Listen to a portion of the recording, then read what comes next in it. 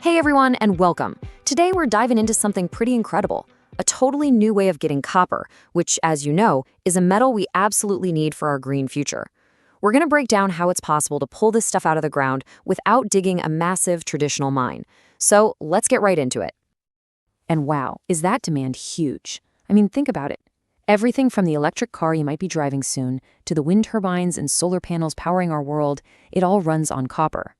This whole shift to clean energy is creating this massive copper crunch, which is exactly why finding smarter, more efficient ways to get it is so important.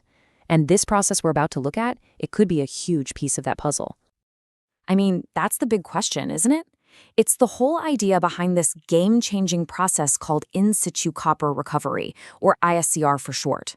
And it completely rethinks what a mine even has to look like. Okay, so let's start where the copper is, deep underground. This first part of our story is all about a simple but radical idea. Get the copper out, but leave the rock right where it is. It's a total shift in how we think about mining. So here's the basic concept. Instead of blasting and hauling tons and tons of rock to the surface, ISCR is way more subtle. It works by pumping a special liquid, they call it a lixiviant, down into the ore body. This liquid is designed to dissolve just the copper, right out of the rock. Then you just pump that liquid, now full of copper, back up to the surface. Simple as that. Now, to prove this could actually work, scientists basically built a mini mine right in the lab.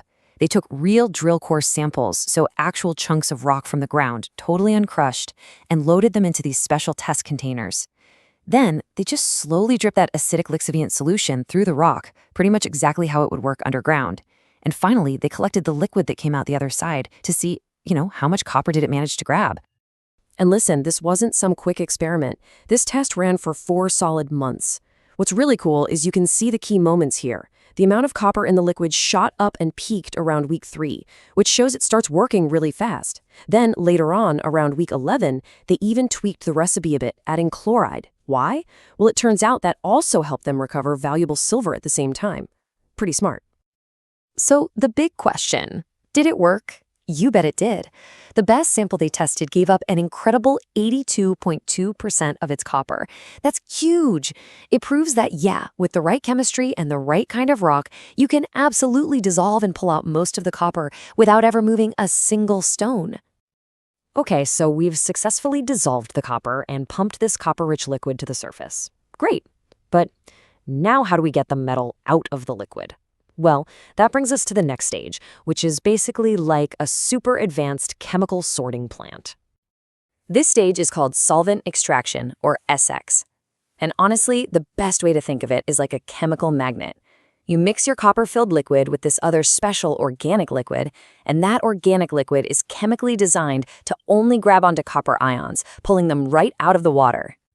Let's walk through it. First, you've got the extraction phase. You mix the two liquids, and the copper ions basically jump ship over to the organic solution.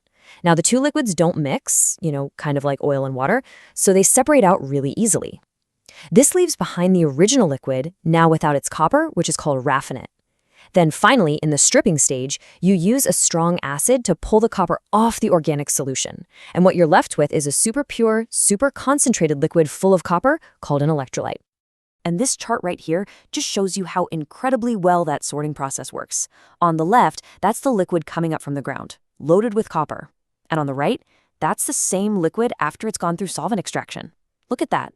The copper is almost completely gone. It's been successfully captured and moved over to that new electrolyte solution.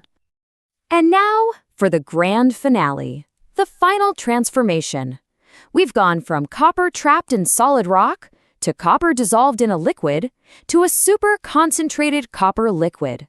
The very last step is to turn that liquid back into a solid metal, but this time it's going to be unbelievably pure.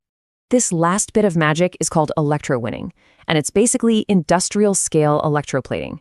You take that concentrated copper electrolyte and you run an electric current through it. This makes the pure copper ions fall out of the solution and plate themselves, molecule by molecule, onto a starter sheet. And just like that, you're building a solid sheet of pure copper. I just love how the lab report describes the result. It's not just a chunk of metal, It's this smooth, adherent, pink-orange cathode of high-quality copper. It really paints a picture of the beautiful, finished product that comes out of this whole journey. And get this, the test wasn't just successful, it was also ridiculously efficient. The process hit about 97% current efficiency. In simple terms, that means almost all of the electricity they pumped into the system went directly into making pure copper. Almost no energy was wasted. And there it is, the hero shot, the final product, a plate of 99.9% pure copper. This right here is the stuff that gets wound into the motors of electric vehicles, laid into our power grids, and built into the tech that is literally shaping our future. So we've just seen the entire process work, from start to finish, perfectly on a small scale. But what does a successful lab test like this really mean for the future of actual mining? Well, the number one takeaway from this entire study is simple. The whole chain, from dissolving copper deep underground to pleating it on the surface, is technically possible. The science works, the engineering works. At least it does under these controlled lab conditions. But of course, the lab isn't the real world. So the report lays out a very clear roadmap for what has to happen next. It's all about scaling up. You've got to run bigger pilot tests out in the field, see how the system holds up over the long term, and just keep fine-tuning every single step of the process. This is how you build a bridge from a great experiment to a potential future mine. And all of this leaves us with one final, really big thought. A process that leaves the rock in the ground, that could use less energy, and has a much smaller footprint on the surface. Now, it's not a magic bullet for everything, but a success like this really makes you ask the question, are we looking at the very beginning of a new, more sustainable way to mine?